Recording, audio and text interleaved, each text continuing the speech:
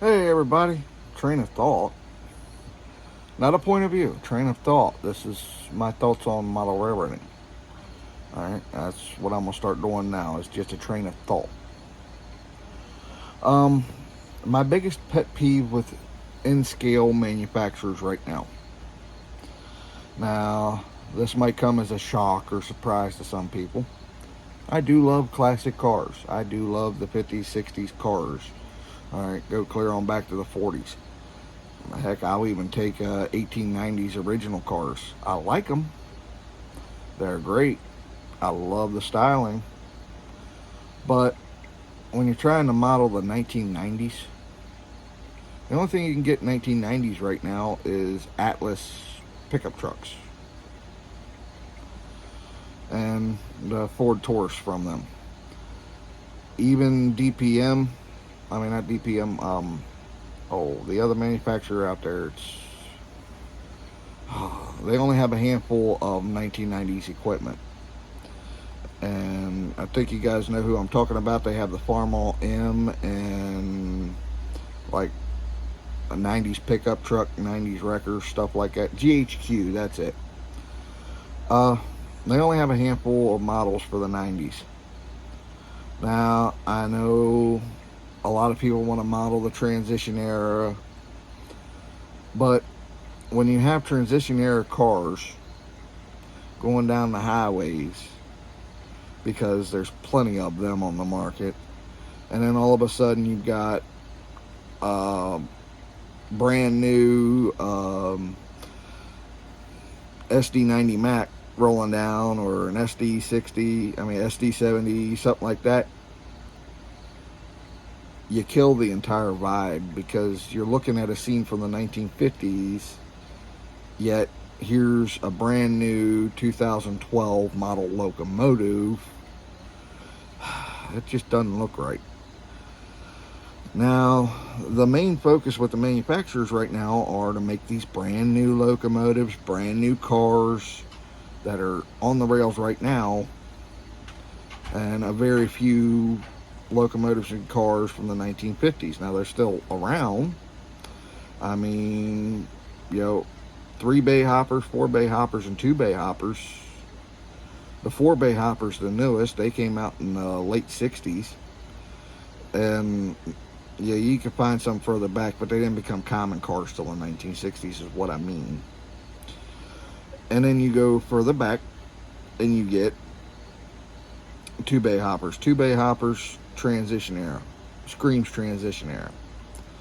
3-bay hoppers is after the transition era, or at the very end of it, till about 1960, when the 4-bay became more prevalent.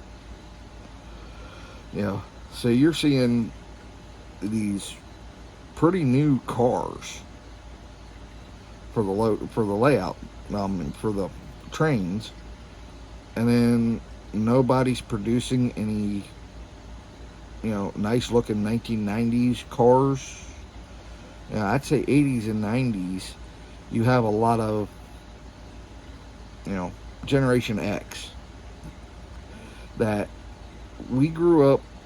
Some of us might have seen a steam locomotive or two, but they weren't common, they weren't prevalent. We're the ones that are actually spending the money right now. We're building layouts. We're at the point where we're not at a detail stage of a layout. We're starting to build our big layouts, and a lot of us are just being pushed away by these manufacturers wanting to make 1950s through 60s vehicles. A lot of us are modeling the 80s, 90s, some of us even modern day, and we really don't have the equipment, details wise, to really do anything. Like, I'd love to see some John Deere 4440s, some 9500 Maximizer John Deere combines, which you can't find. Heck, even the Gleaners and stuff like that was produced in the 70s and 80s, they were still on farms in the 90s. You don't get those. You can get the old John Deere 4400, and yes, there are still some of those still running today, but that combine was produced in the 60s. We're not getting what we need to actually build our layouts. We're getting a handful of this, a handful of that, but not actually what we need. Now, GHQ is doing a real good job trying to keep up and put stuff out for us, but you got Classic Middleworks. It's all 1940s, 1950s. And you got Atlas mostly producing stuff from the 50s with 2 models, 3 models that are actually based for modern day. I'm sorry guys, but you really need to keep up. And you're complaining all the time that you're not making any money. Well, you're not making what most of us want. You can still produce that 1950s line, but cut it back. Start making some 90s cars. Start making some 80s cars, stuff like that, and you will actually see your profits go back up. And then you can spend a little bit of that profit to pay for that stuff that you got.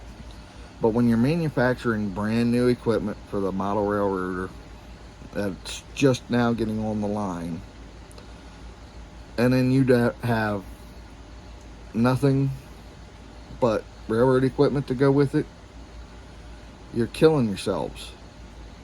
You need to make a good mix. Go all the way around, see what off-track models you can just produce easily.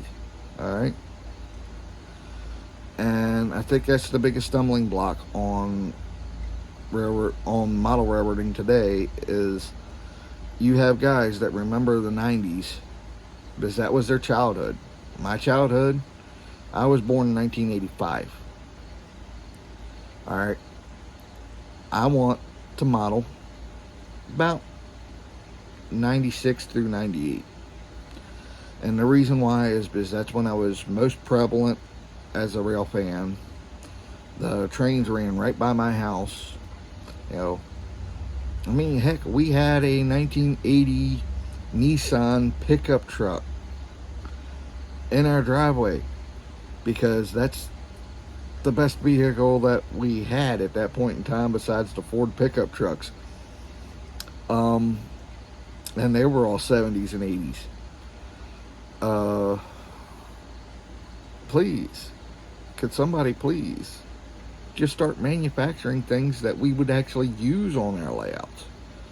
I don't care if, let's say Atlas says, you know what, the heck with it, we're no longer really going to manufacture, but we're going to have a bunch of our designers sit down and start building 3D printable models.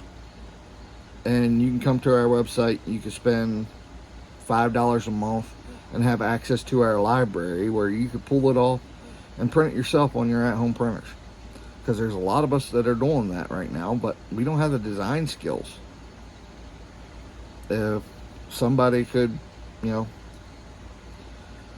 if you would to make a 3D printer STL file and post it up somewhere for like 50 cents for a download, you would make a lot more money than these guys that sit there and, we'll design it and everything else, but we want to charge you $30 for something you're only going to print once.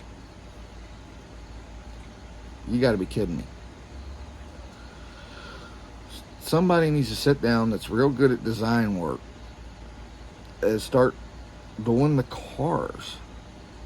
Like, I've got a old Jeep up here that's good for mail carrier service, but there ain't much else even on Thingiverse or anything else that I could find to actually make that'll fit the 1990s.